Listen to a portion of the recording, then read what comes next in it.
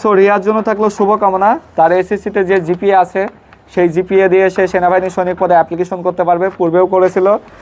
এই যে রিয়া আছে কুমিল্লা থেকে, ওর যেটা প্রবলেম ফেস করতেছে, বাংলাদেশ সেনাবাহিনী সৈনিক পদে সে আবেদন করবে। পূর্বেও সে একবার অ্যাপ্লিকেশন করেছিল, মাঠে সে চূড়ান্ত পর্যায়ে গিয়ে বাদ পড়ছে। যখন তার হচ্ছে আইডেন্টিটিটা সে ঠিকভাবে বলতে পারে নাই, মানে সেই সময় তার জেলা ছিল একটা, সে আর একটা জেলা দিয়ে ফেলছিল, মানে অস্থায়ীভাবে যেখানে আছে সে সেই ঠিকানাটা দিয়ে দিয়েছিল মূল জেলা, যার ফলে তাকে সেখান থেকে বাদ দিয়ে দিয়েছে। সো এবার সে আবার অ্যাপ্লিকেশন করবে। তার হাইট কিন্তু অনেক ভালো, অলমোস্ট কত 5 ফুট 5 ইঞ্চি। এবার সে অ্যাপ্লিকেশন করবে, তার আম্মাকে সাথে করে চলে আসছে আমাদের অফিসে হঠাৎ করে, সে দেখানোর জন্য এবং জানার জন্য যে সে কিভাবে তার জেলা দিবে, স্থায়ী ঠিকানা দিবে, অস্থায়ী ঠিকানা দিবে এবং একটা পরামর্শ নেওয়ার জন্য। সো তুমি হচ্ছে আগে কোন জেলাতে ছিলা? ব্রাহ্মণবাড়িয়াতে। আর এখন কুমিল্লাতে। ব্রাহ্মণবাড়িয়াতে তোমার জন্মগ্রহণ, তাই না?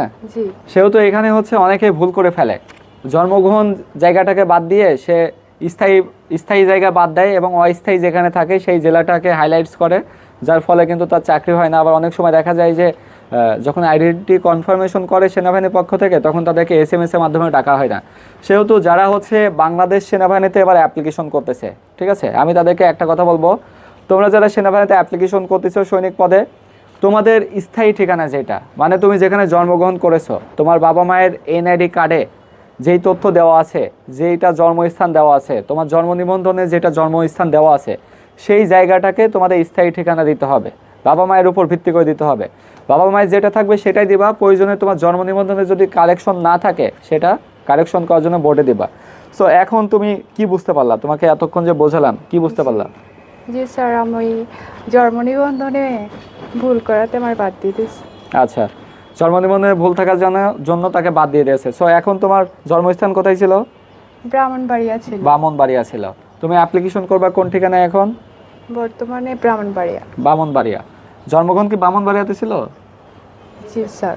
ঠিক আছে, তাহলে এটাই, সে কিন্তু এখন কুমিল্লাতে থাকে, দীর্ঘদিন যাবৎ কুমিল্লাতে থাকে, বাট তার জন্মগ্রহণ ছিল কোথায়? ব্রাহ্মণবাড়িয়াতে। তার বাবার লোকেশন, মায়ের লোকেশন কোথায় ছিল তখন? ওই সময় ব্রাহ্মণবাড়িয়াতে ছিল। সো সে যদি অ্যাপ্লিকেশন করে অবশ্যই ব্রাহ্মণবাড়িয়া দিয়েই করতে হবে। চাইলে সে অস্থায়ী ঠিকানা দিতে পারে, যে এখন সে অস্থায়ী কোথায় আছে। একটা হচ্ছে স্থায়ী ঠিকানা আর একটা হচ্ছে অস্থায়ী ঠিকানা বা প্রেজেন্ট অ্যাড্রেস। এই প্রেজেন্ট অ্যাড্রেস সে দিতে পারে যে আমি এখন কুমিল্লাতে আছি, এটা কোনো প্রবলেম হবে না। কিন্তু সে যখন প্রথম স্টেপটাই ভুল করে ফেলে, দ্বিতীয় স্টেপে কিন্তু বাদ হয়ে যাওয়ার সম্ভাবনা বেশি। সো রিয়ার জন্য থাকলো শুভকামনা। তার এসএসসিতে যে জিপিএ আছে সেই জিপিএ দিয়ে সে সেনাবাহিনী সৈনিক পদে অ্যাপ্লিকেশন করতে পারবে, পূর্বেও করেছিল।